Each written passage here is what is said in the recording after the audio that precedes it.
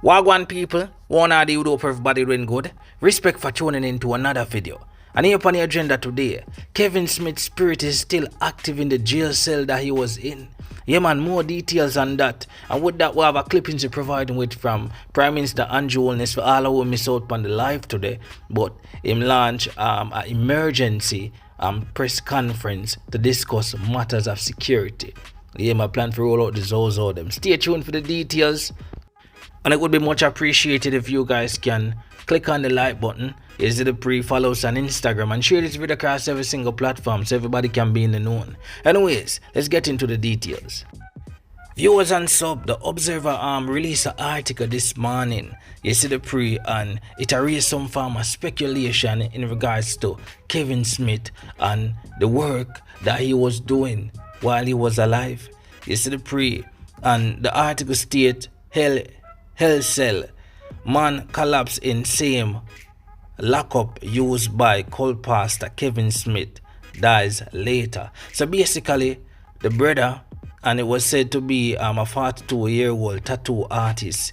And them say he was locked up 2 days after Kevin Smith was released or moved from that cell.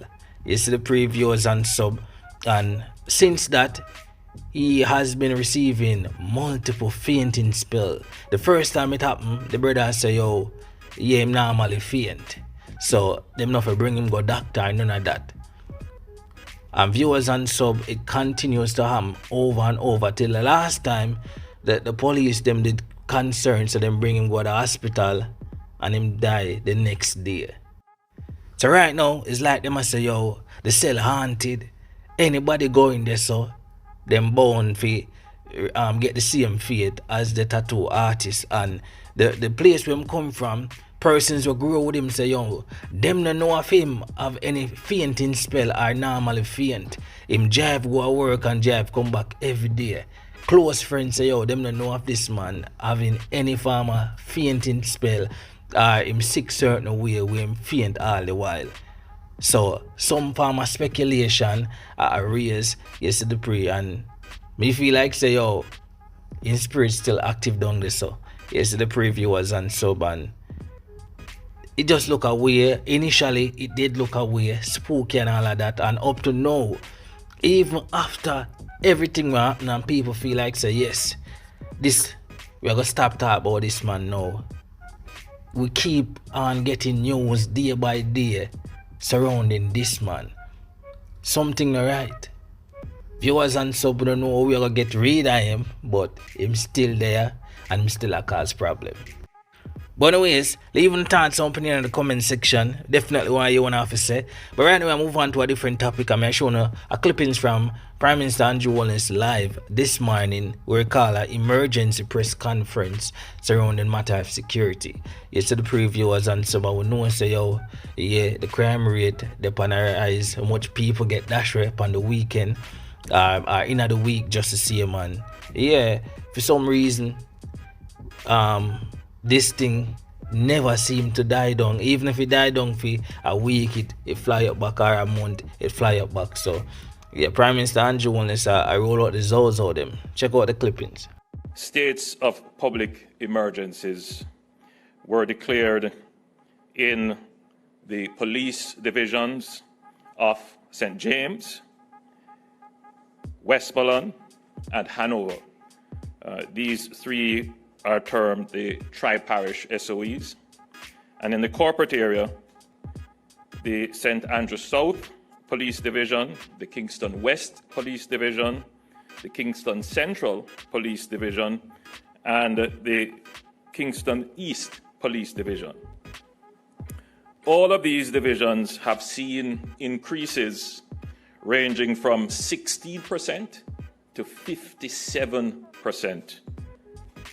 All have murder rates per 100,000 in excess of the regional average, which is 15%. In fact, the murder rate per 100,000 in these divisions range from a low of approximately 47 per 100,000 to 190 per 100,000. We have decided to recommend the declaration of SOEs, having regard to the increase in murders compared year on year, both in the communities in which we have declared them and nationally. And these increases we consider to be of an extensive scale, such that they threaten public safety, both in the communities in which the SOEs have been declared and nationally.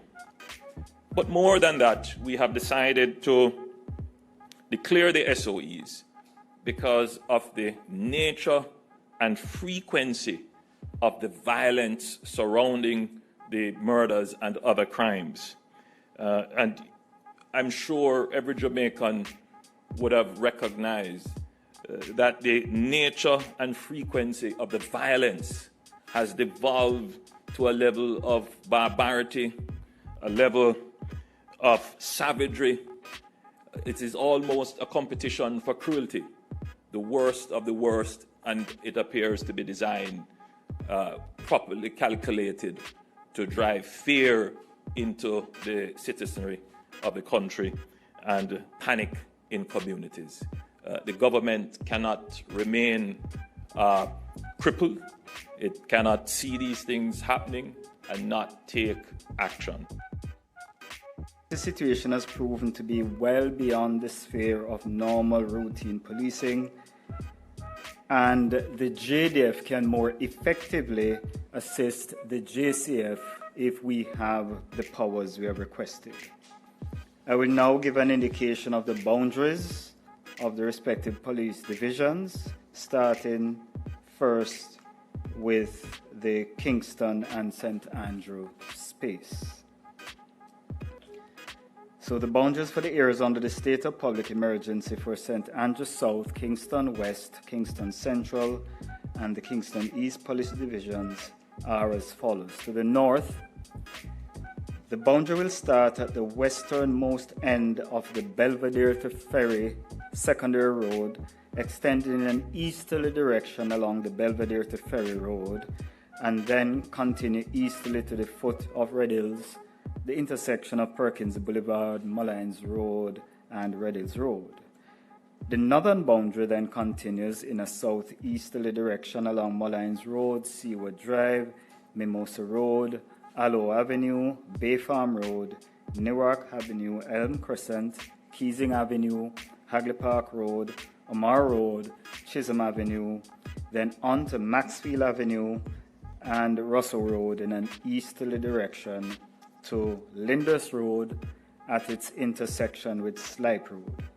Then it goes easterly along Torrington Road to Hero Circle and then continues to Connolly Avenue, then on to Dames Drive to the intersection of South Camp Road. The boundary then proceeds onto Vineyard Road, Diana Drive to Lexington Avenue, then onto Denier Road to the intersection with Mountain View Avenue.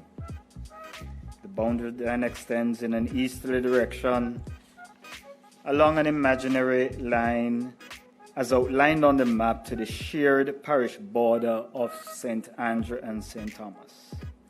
To the east, the boundary continues in a southerly direction along the sheer parish border of St. Andrew and St. Thomas along the coast, to the coast. In the south, the boundary extends westerly along the coast of St. Andrew, then along the Kingston coastline to the Kingston Container Terminal, and then to the Portmore Causeway Bridge. Finally, to the west, the boundary continues in a northwesterly direction from the Portmore Causeway Bridge to the Fresh River, then along the shared parish border of St. Andrew and St. Catherine, west of Riverton, and extends to intersect with the northern boundary at the westernmost end of the Belvedere to Ferry Road.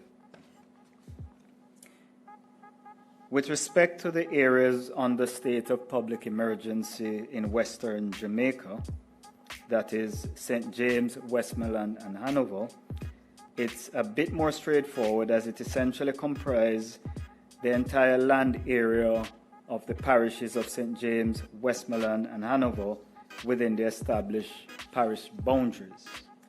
But more specifically, they are: to the west, the boundary extends in another direction along the coast of Westmoreland, and then Hanover to the coast at Lucy in Hanover. To the north, the boundary starts from Lucy in Hanover and then extends in an easterly direction along the coast of Hanover to St. James, to the coastal intersection of St. James and Trelawney parish boundaries. To the east, the boundary extends in a southerly direction along the shared parish borders of St. James, Trelawney, St. Elizabeth, and Westmoreland to the coast. Finally, to the south, the boundary continues along the coastline of Westmoreland to the westernmost point of the island at the west end of Westmoreland. We are committed and have ensured that all members of the security forces are fully cognizant and trained in how to interact with our citizens, respecting their rights. But we rely on you for support and information. We therefore ask the citizens who live and work and have to travel within these areas to be mindful of the declaration and cooperate with the security forces on the ground. The Commissioner previously indicated some of what is suggested. We're all working towards a common goal of ridding Jamaica of crime and recognizing that this can only be achieved through unified and direct effort. Crime affects all Jamaicans, and we can all play our part. We're asking for persons who can assist us to call, in addition to the 311 line noted by the Commissioner already, the JDF tip line of 876-837-8888. This support is key to us being able to be proactive in being effective with this effort.